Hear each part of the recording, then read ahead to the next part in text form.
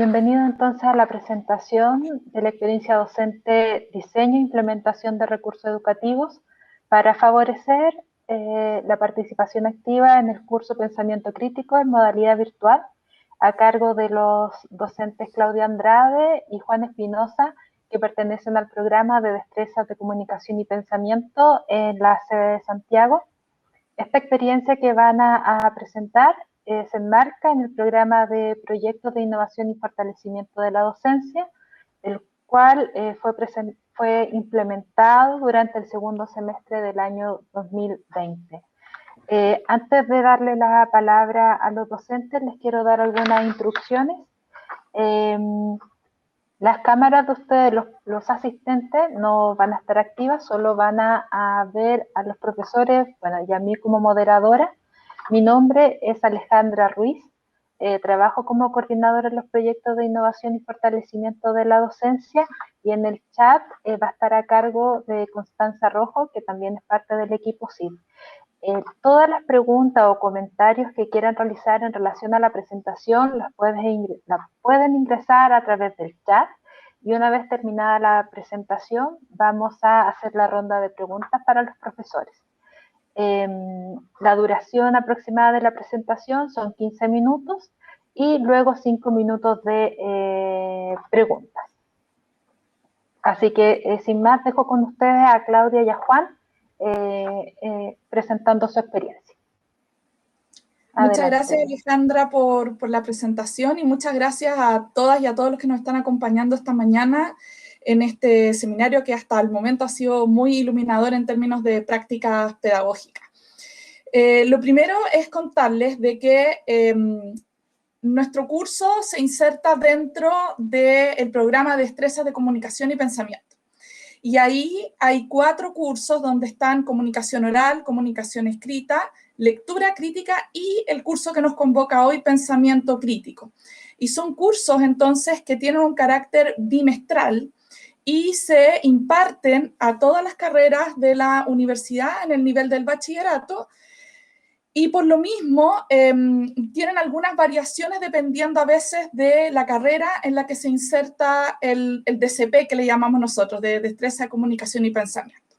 Entonces, en esa línea, el diagnóstico inicial que nosotros hicimos con Juan a la hora de plantearnos el desafío de este proyecto fue con qué recursos didácticos nosotros ya contábamos en el curso, y nos dimos cuenta de que todos eran muy útiles, pero principalmente para la modalidad presencial.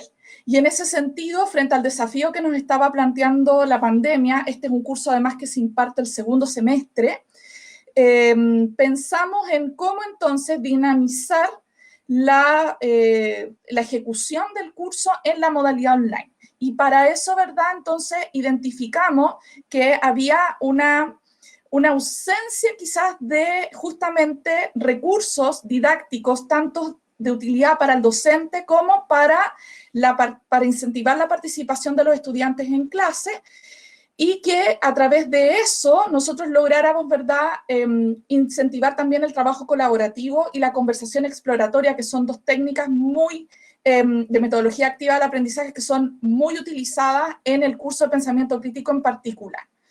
Y en el contexto en que nosotros implementamos este proyecto fue para estudiantes de carreras de Ingeniería Comercial, Plan Común de Ingeniería Civil y Cine, y eso fueron alrededor de 150 estudiantes los beneficiados acá en la sede de Santiago.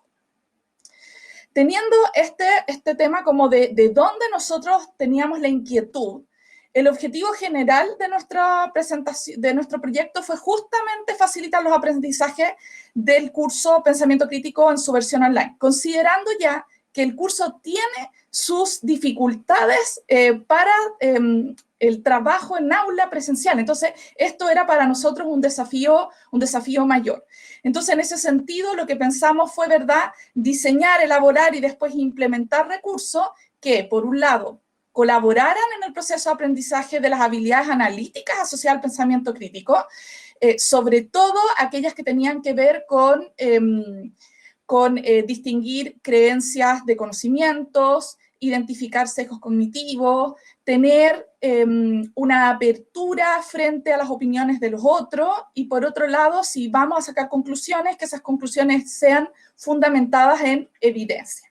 Entonces, en ese sentido, no solamente era el pensamiento crítico propiamente tal, sino también en todas sus dimensiones: pensamiento crítico, pensamiento creativo y pensamiento metacognitivo, justamente a través de recursos educativos diseñados exclusivamente para esta versión online, que iba a ser la primera versión online que íbamos a tener de pensamiento crítico. Tanto Juan como yo habíamos participado ya desde el 2018 en el curso de pensamiento crítico, pero en su versión presencial. Entonces era el 2020, este segundo semestre, la primera vez que nos iba a tocar hacerlo en esta modalidad virtual. Y en ese sentido, uno de los desafíos que teníamos que enfrentar era, ¿verdad?, cómo desarrollar evaluaciones formativas de carácter grupal y estrategias pedagógicas, ¿verdad?, que incentivaran el diálogo y el intercambio de ideas. Bien, ¿cuáles fueron nuestras acciones luego de hacer ese diagnóstico?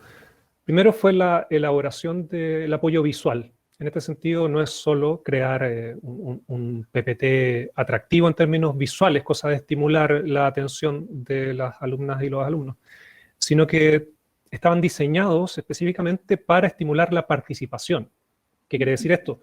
Que no entregan una gran cantidad de contenido, sino que básicamente son indicaciones generales que permiten el diálogo posterior a mostrar la presentación entre los alumnos, sobre todo, moderado, por supuesto, con el profesor. Como dijo Claudia, ¿cierto? Gran parte de estas actividades son de orden grupal, por tanto, la participación, estimular la participación, el diálogo y las preguntas era fundamental. Por otra parte, también tenían una función ordenadora de lo que era pensamiento crítico, que hasta ese momento, bueno, a la mayoría de los profesores nos parecía, bueno, un poco complicado establecer cuáles eran las unidades, ¿cierto?, qué contenidos o competencias o habilidades, ¿cierto?, se querían desarrollar en cada una de ellas. Además de las presentaciones, los PPT, digamos, que siempre estuvieron también a disposición de los alumnos en módulos, nos encontramos con la necesidad de hacer 4 videos, uno por cada una de las unidades, que no solo, bueno, fueron co-creados, independiente de la edición, se hizo con una voz determinada, ¿cierto?, que era la mía, pero el libreto se desarrolló en conjunto con Claudia, además de pasar algunos filtros, ¿no?, con Diego Vargas, con Ana María Fernandoa y sobre todo con Carolina Peche, que era quien nos asesoraba en este aspecto. Tenían que ser videos con una identidad propia, que no fueran tan genéricos, que no fueran exactamente iguales al resto de los videos que se hacen en la universidad, y también, ¿cierto?, que utilizaran lenguaje de pensamiento, que era algo, una parte del contenido importante de pensamiento crítico. También un lenguaje transversal, que no fuese ni intentase parecer un lenguaje exclusivamente juvenil, pero que tampoco, o sea, no infantilizar al alumno, no tampoco al profesor, cosa de que, bueno, todos pudiéramos comprender de la misma manera. También tenían una función ordenadora y consistente también en términos de diseño con las presentaciones. A eso sumamos 4 infografías sobre los temas más importantes que los alumnos iban a tener siempre a su disposición dentro de Canvas, dentro de los módulos, y que pudiesen recurrir a ellas durante las evaluaciones grupales. En ellas encontramos las definiciones más importantes, ¿cierto?, los contenidos que probablemente en un curso presencial hubiesen tenido que aprender o memorizar, entre comillas, ¿no?, pero tenían a su disposición en este caso.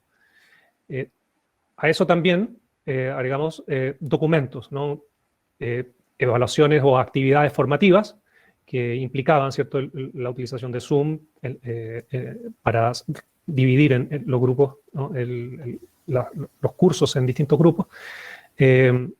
También guía, ¿cierto?, para aplicar los foros calificados, y también utilizar Google Form, ¿ya?, como también una manera de incentivar la participación online. A eso también la elaboración de un documento que explicase y ejemplificase la estrategia de aula socrática, que no siempre la mayoría de los profes la utiliza, pero de forma intuitiva. Entonces, en este caso nos permitió reafirmar esa técnica. En ese sentido, recibimos los resultados obtenidos a lo largo del proyecto, los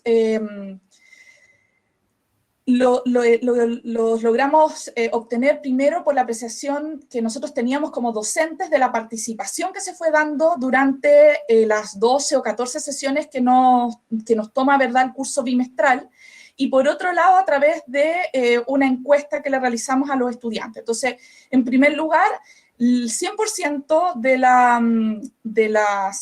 los estudiantes de las distintas secciones tuvieron acceso a lo largo de todo el bimestre de todos los recursos. Esto gracias a que la plataforma Canvas, como ustedes sabrán, nos permite separar en módulos, y en ese sentido cada unidad estaba muy bien descrita con sus recursos asociados. Y eso, por ejemplo, les permitió y que fue muy recibido positivamente de parte de los estudiantes, que tanto para las evaluaciones formativas como las sumativas, que en el caso de pensamiento crítico son talleres y certámenes grupales, tal como mencionó Juan, siempre tuvieran acceso a los recursos, o sea, podían ver el video introductorio a la unidad cuantas veces fuera necesario, y en particular de las 4 infografías, la infografía más utilizada en las evaluaciones sumativas fue la de lenguaje del pensamiento, porque efectivamente tenían que escribir ¿verdad? Las respuestas a las interrogantes que les hacíamos en las evaluaciones usando el lenguaje del pensamiento, entonces ahí podían volver a acudir a ello. También, por ejemplo, acá en la encuesta hicimos varias preguntas, acá solamente les trajimos como los resultados de 2 de ellas, y lo interesante fue, por ejemplo, que obtuvimos acá 92 respuestas, en total eran más o menos 140 alumnos entre todas las secciones que teníamos Juan y yo. Así que 90%, o sea, 90 personas que hayan contestado la encuesta es más del 50% que era lo que nosotros necesitábamos. Y en ese sentido, todos coincidieron, si se fijan, acá está los resultados, en que tanto los videos como las infografías y las presentaciones en PowerPoint, que eran, como decía, como mencionó Juan en su momento, pensadas para la participación activa durante la sesión, fue lo mejor evaluado. Las actividades formativas, tanto en los foros como en el Google Form, creo que requieren, de hecho, mayor trabajo, o quizás, con Juan lo hemos comentado a posteriori de la implementación de este proyecto, otro tipo de plataformas de aula invertida para hacer estas actividades formativas, como por ejemplo Edpuzzle o Nearpod, que eso ya podría ser como una recomendación para usted.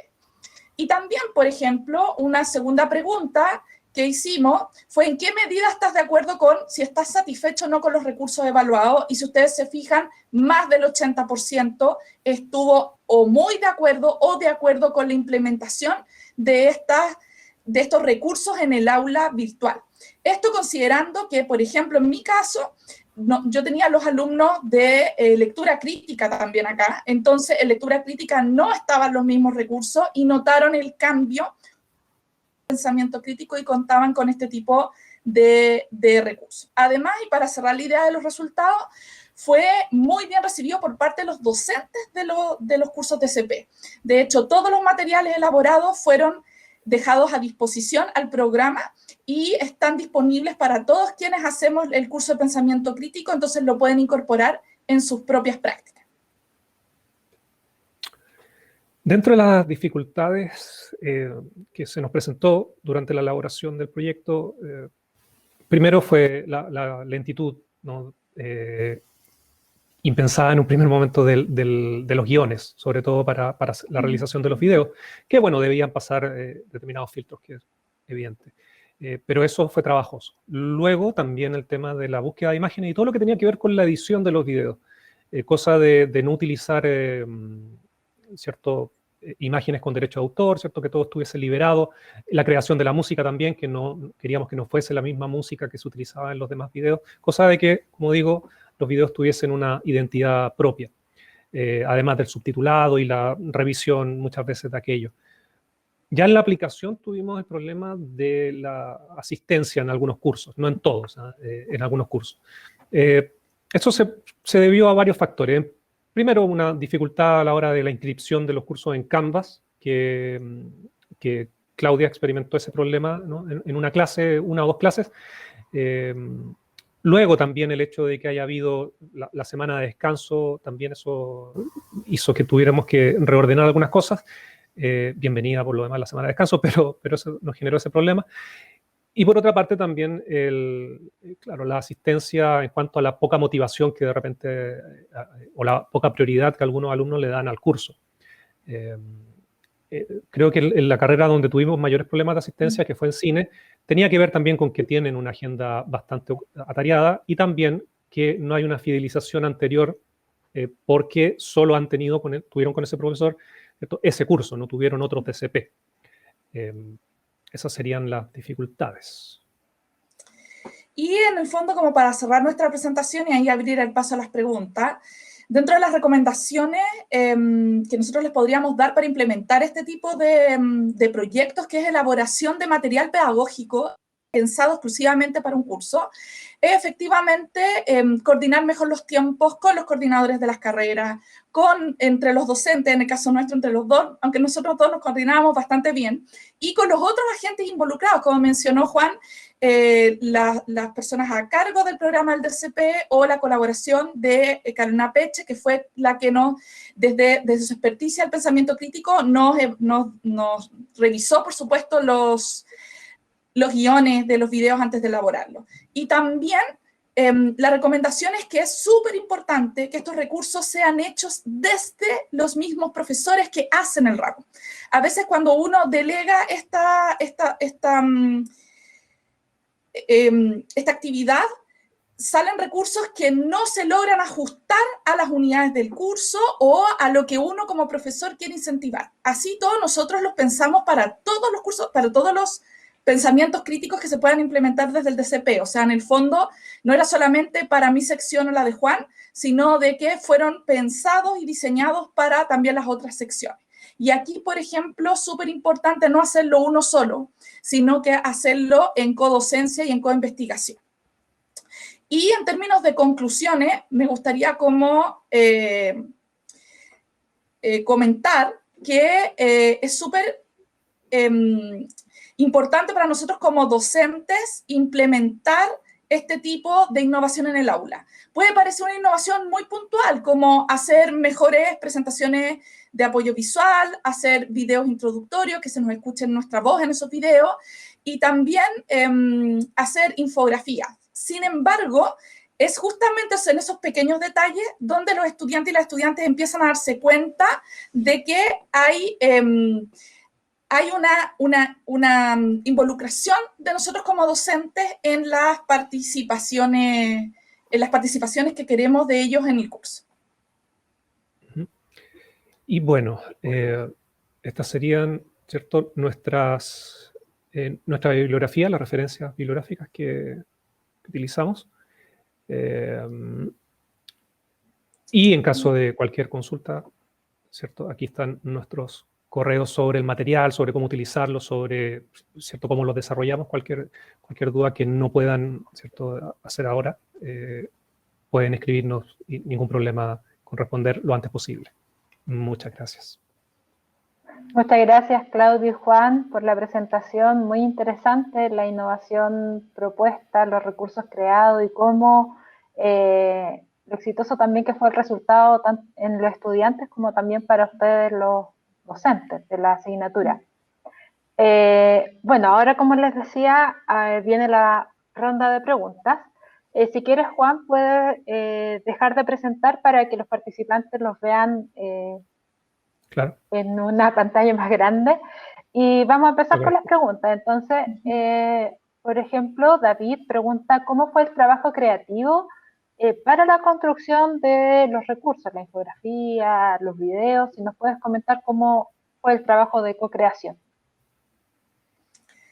Lo cierto es que con Juan tenemos habilidades distintas y yo creo que por eso funcionó muy bien esto de trabajar en coinvestigación y en todo en duplas. Y es que, por ejemplo, a mí me es mucho más fácil hacer los recursos visuales, como los apoyos visuales y las infografías, porque tengo buena capacidad de síntesis y además usé una herramienta que está disponible en línea y en su versión gratuita, que es Canva. Entonces, eso hacía de que los diseños se vieran atractivos y, por otro lado, que fue una de las cosas que nos mencionaban los estudiantes, que les llamaban la atención, que no era nomás un PPT con un listado de información o de preguntas. Y en el caso de los videos, ahí les dejo con Juan. Sí. Bueno, lo principal fue lo primero que hizo Claudia, que es lo de las presentaciones, la utilización de Canva y cierto tipo de imágenes también, cierto estilo, que yo traté de replicar luego en el tema de los videos. Lo mío va más por ese lado, en el tema de la edición. Ahora, claro, la co-creación de los libretos probablemente fue lo más trabajoso, donde yo le planteé una versión preliminar a la Claudia, la estuvimos discutiendo, llegamos a una más o menos que nos convencía a los dos.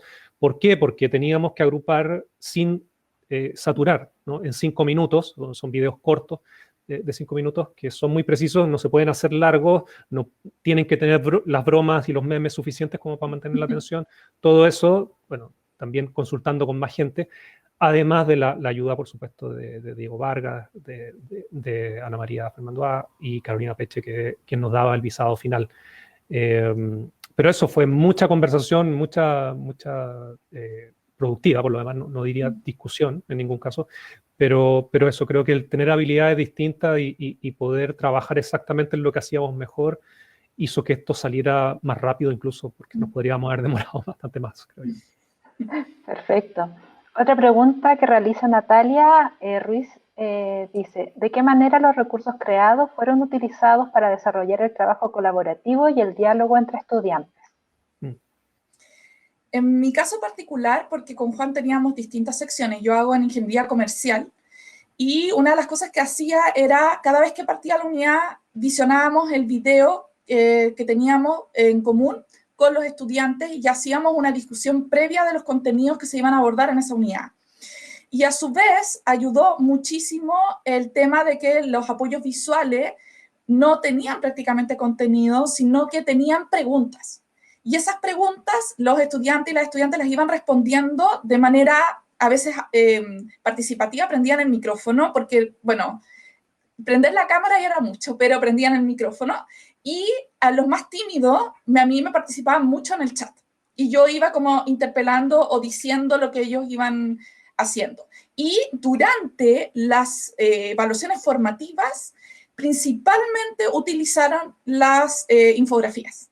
Y de hecho, cuando a mí a veces me llamaban a los grupos para que yo resolviera alguna duda puntual de la evaluación, sea las de talleres o las de certámenes, yo notaba que tenían abierta la parte de Canva donde estaba la infografía.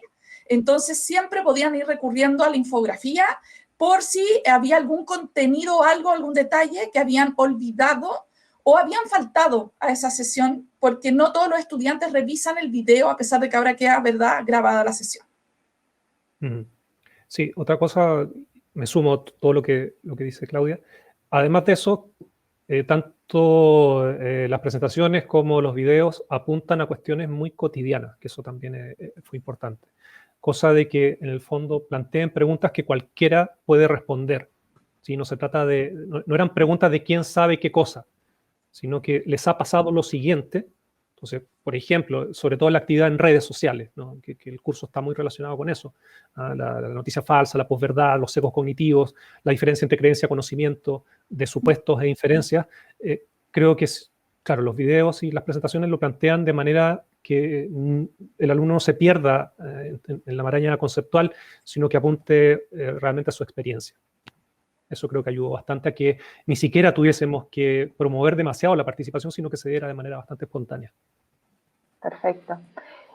También pregunta Paula Rickenberg, ¿qué acciones como profesores de pensamiento crítico podrían hacer para insertar el desarrollo de esta habilidad en las asignaturas disciplinares? Wow. Ya, creo que ahí lo principal es tener una conversación con los otros profesores de la carrera en el sentido de que sepan primero qué es lo que estamos haciendo, no solamente en este curso de CP, sino en todos los cursos de CP. Que no se tratan de cursos en donde uno tome y sea como de nivelación, no. Estos cursos vienen, ¿verdad?, pensados para la entrada a la comunidad académica. Entonces, en ese sentido, este curso inicial de pensamiento crítico a los estudiantes ya les permite, por ejemplo, dudar frente a la información que se les presenta. Y por otro lado, hacerse preguntas. O sea, un estudiante que a mí me salga del curso de pensamiento crítico dudando y cuestionándose cosas, haciéndose preguntas, creo que es una competencia que es fundamental para todos los cursos que pueda tener durante la malla. Entonces, quizás lo que deberíamos, en un paso siguiente, es efectivamente vincularlo más con la carrera misma en la que nosotros... Sí, otra cosa también, además de lo que dice Claudia, que el curso apunta a generar responsabilidad epistémica, que creo que es algo que de repente falta mencionar más. El curso de pensamiento crítico en particular, independiente que eso aparece también en los otros cursos de CP, creo que aquí se hace bastante hincapié. Y eso es beneficioso, evidentemente, y debería ser parte de cualquier otra ramo, ¿no?, de curso disciplinar en cualquier etapa de la formación universitaria. O en el fondo cualquier interacción en términos académicos debiese contar con aquello. Por otra parte, también creo que ayuda bastante a tomar conciencia en todo lo que dice Claudia, ¿no?, de las creencias y lo demás, pero a la elaboración de juicios o afirmaciones provisionales. Creo que eso, últimamente, el tema de plantear como hechos cuestiones que son creencias y ser tajante es uno de los grandes problemas, ¿no?, que enfrentamos tanto en la comunidad universitaria como fuera. Sí, creo que eso Muchas gracias, Juan y Claudia, por este tiempo de responder preguntas y la presentación que estuvo excelente.